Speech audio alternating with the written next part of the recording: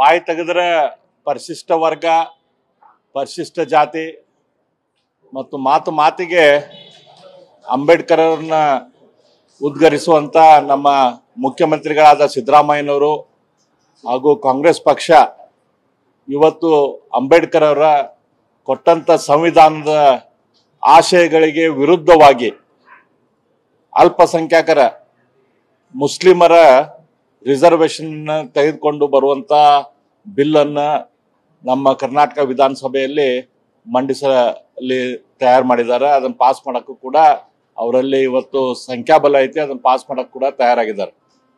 ಆದ್ರೆ ಈ ಸಂದರ್ಭದಲ್ಲಿ ನಾನು ಮುಖ್ಯಮಂತ್ರಿಗಳಿಗೆ, ಕಾಂಗ್ರೆಸ್ ಪಕ್ಷದವರಿಗೆ ಹೇಳಕ್ಕೆ ಇಚ್ಛೆ ಪಡ್ತೀನಿ, ಈ ದೇಶದಲ್ಲಿ ಅಲ್ಪಸಂಖ್ಯಾತರಿಗೆ ರಿಸರ್ವೇಶನ್ ಕೊಡಬೇಕು ಬೇಡ ಅಂತ ಹೇಳಿ ಸಂವಿಧಾನ ರಚನೆ ಸಂದರ್ಭದಲ್ಲಿ ಸಾಕಷ್ಟು ಚರ್ಚೆ ಆಗಿತ್ತು.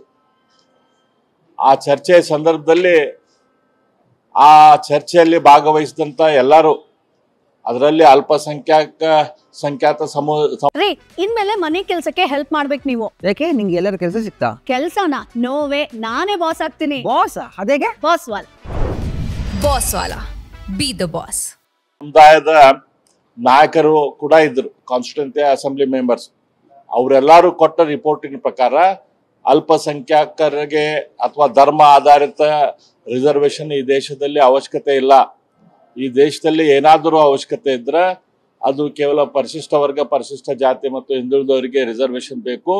ಅದು ಕೂಡ ಜಾತಿ ನಡುವೆ ಮತ್ತು ಮನುಷ್ಯರ ನಡುವೆ ಏನು ಡಿಫ್ರೆನ್ಸಸ್ ಐತಿ, ಆ ಡಿಫ್ರೆನ್ಸಸ್ ಕಡಿಮೆ ಮಾಡುವ ದೃಷ್ಟಿಯಿಂದ ನಮ್ಮ ದೇಶದಲ್ಲಿ ಕೆಲವು ವರ್ಷಗಳ ಕಾಲ ರಿಸರ್ವೇಶನ್ ಇರಬೇಕಾಗ್ತೈತೆ ಅಂತ ಹೇಳಿ ಅಂಬೇಡ್ಕರ್ ಅವರು ಹೇಳಿದ್ರು. ಆ ಅಂಬೇಡ್ಕರ್ ಅವರ ಆಶಯಕ್ಕೆ ವಿರುದ್ಧವಾಗಿ, ಅಂಬೇಡ್ಕರ್ ಅವರು ಕೊಟ್ಟಂತ ಸಂವಿಧಾನದ ವಿರುದ್ಧವಾಗಿ ಇವತ್ತು ಕಾಂಗ್ರೆಸ್ ಪಕ್ಷ ಏನು ಕಾನೂನನ್ನು ತೆಗೆದುಕೊಂಡು ಬರ್ಬೇಕಂತ ಮಾಡೈತಿ ಮುಸ್ಲಿಮರ ರಿಸರ್ವೇಶನ್ಗೆ. ಇದು ಮುಸ್ಲಿಂ ವೋಟ್ ಬ್ಯಾಂಕ್ ರಾಜಕಾರಣ, ಮುಸ್ಲಿಮರನ್ನ ಓಲೈಸುವ ರಾಜಕಾರಣ, ಇದ್ರ ಬಿಟ್ಟು ಮತ್ತೇನು ಇಲ್ಲ. ಇದ್ರ ಬಗ್ಗೆ ಅಂಬೇಡ್ಕರ್ ಅವರು ಸಂವಿಧಾನ ಏನ್ ರಚನೆ ಮಾಡ್ತಾ ಇದ್ರು ಆ ಸಂದರ್ಭದಲ್ಲೇನ ಮಾತುಕತೆ ಆಯ್ತು. ಆ ಸಂದರ್ಭದಲ್ಲಿ ಮಾತುಕತೆಯಲ್ಲಿ ಭಾಗವಹಿಸಿದಂತ ಮಹಾನುಭಾವರು ಇದ್ರ ಬಗ್ಗೆ ಹೇಳಿದ್ರು, ನಮ್ಮ ದೇಶದಲ್ಲಿ ಅಲ್ಪಸಂಖ್ಯಾತರಿಗೆ ಓಲೈಕೆ ಮಾಡುವಂತ ರಾಜಕಾರಣ ಬಹಳ ದಿನ ನಡೆದೈತಿ, ಅದು ಇನ್ಮೇಲೆ ಅವಶ್ಯಕತೆ ಇಲ್ಲ.